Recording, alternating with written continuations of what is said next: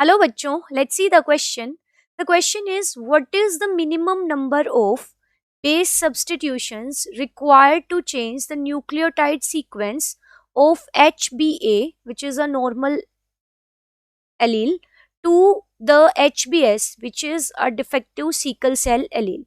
And the options are 1, 2, 3, 4. So let's see what is the key concept to solve the question. तो पहले हम question को समझते हैं. क्वेश्चन में हमसे पूछा है कि एक नॉर्मल एलील है जो कि एक नॉर्मल हीमोग्लोबिन को कोड कर रहा है. अगर उस एलील के अंदर चेंज हो जाए और वो एलील अब सिकल सेल एनीमिया वाला एलील बन जाए, तो ऐसा होने में कितने बेस पेयर्स एटलीस्ट सब्सटीट्यूट होने चाहिए? So this is the thing that is being asked in the question. So let's see what is the key concept. तो की कॉन्सेप्ट में सिकल सेल एनीमिया के बारे में पूछा गया है, तो हमें सिकल सेल एनीमिया के जेनेटिक बेसिस के बारे में पता होना चाहिए. So we should be knowing the genetic basis of the disease जिसका नाम है सिकल सेल एनीमिया. सो इसी के बारे में पहले डिस्कस करते हैं कि सिकल सेल एनीमिया क्या है. So sickle cell anaemia is a genetic disease जिसके अंदर हीमोग्लोबिन वी ऑल नो कि haemoglobin is our respiratory pigment and this haemoglobin consist of 4 polypeptide chain. जो ग्लोबिन वाला पार्ट है इसके अंदर 4 पॉलीपेप्टाइड चेन्स होती हैं.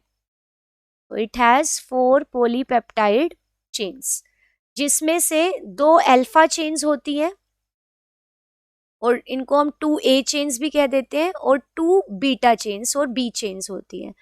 तो इस वाली डिजीज में जो बीटा चेन है उसमें चेंज आ जाता है. जो नॉर्मल हीमोग्लोबिन है उसको हम HbA से रिप्रेजेंट कर रहे हैं, जो नॉर्मल एलील है. सो नॉर्मल एलील को हम HbA से रिप्रेजेंट कर रहे हैं और जो डिफेक्टिव एलील है उसको हम कहते हैं HbS, यानी this is the defective allele which can cause sickle cell anaemia. तो HbA को HbS में चेंज करना है और ये चेंज कहाँ आएगा? In the beta chain. जो बीटा चेन है उसके 6th पोजीशन पे जो अमाइनो एसिड है उसमें चेंज आएगा. सो वो चेंज कैसे आएगा? तो वो चेंज आता है म्यूटेशंस के कारण, and the mutations are sudden and inheritable changes in the sequence of DNA. तो हम इसके जेनेटिक बेसिस को डिस्कस करते हैं. तो पहले हम एक नॉर्मल एलील की बात करते हैं. नॉर्मल एलील जिसको हमने रिप्रेजेंट किया HbA से, ठीक है. और नॉर्मल एलील में होगा क्या? जो DNA है, DNA की सीक्वेंस हम लिखते हैं पहले एक 5 to 3 प्राइम में. तो यहाँ होता है GAG 5 to 3. तो DNA के सेकेंड स्ट्रैंड जो कि एंटी पैरेलल होगा, मतलब 3 to 5 होगा, तो G के कॉम्प्लीमेंट्री हो जाएगा C, A के कॉम्प्लीमेंट्री T एंड G के कॉम्प्लीमेंट्री C. सो DNA में होता है GAG, इसके कॉम्प्लीमेंट्री हो गया CTC. अब होगा ट्रांसक्रिप्शन. ट्रांसक्रिप्शन में क्या होगा कि जो DNA है उससे RNA की फॉर्मेशन होगी. सो formation of RNA from DNA is called transcription. और ट्रांसक्रिप्शन के दौरान एक ही जो स्ट्रैंड है DNA का वो अपनी इंफॉर्मेशन को RNA में कॉपी करेगा. तो से this strand is the strand which is being copied into RNA. तो यहाँ पे RNA में होगा 5, तो C की जगह हो जाएगा G, T की जगह हो जाएगा U एंड C की जगह हो जाएगा G. तो ये सीक्वेंस हो गई mRNA की. सो इस स्ट्रैंड ने mRNA बनाया and the mRNA has this sequence and this GUG it codes for the amino acid जिसका नाम है ग्लूटामिक एसिड. सो ग्लूटामिक एसिड के लिए ये कोड करेगा एंड इस प्रोसेस को हम कहते हैं ट्रांसलेशन. RNA में जो इन्फॉर्मेशन है उसको प्रोटीन की फॉर्म में कोड करना इज ट्रांसलेशन.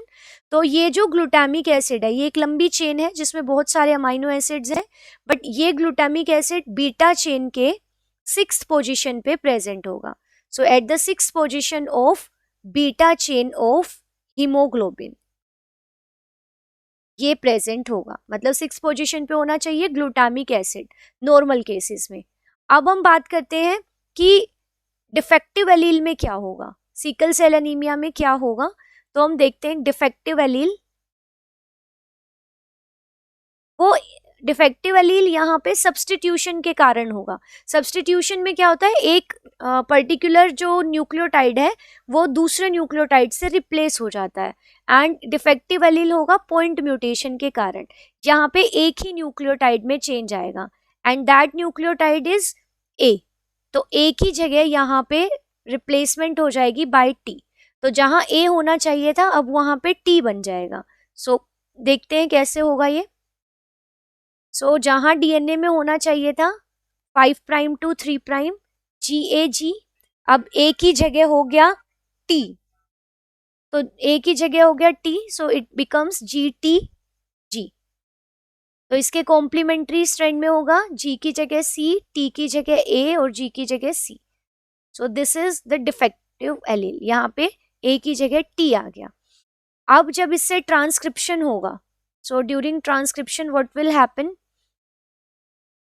mRNA अगेन एक स्ट्रैंड जो 3 to 5 वाला उससे mRNA बनेगा।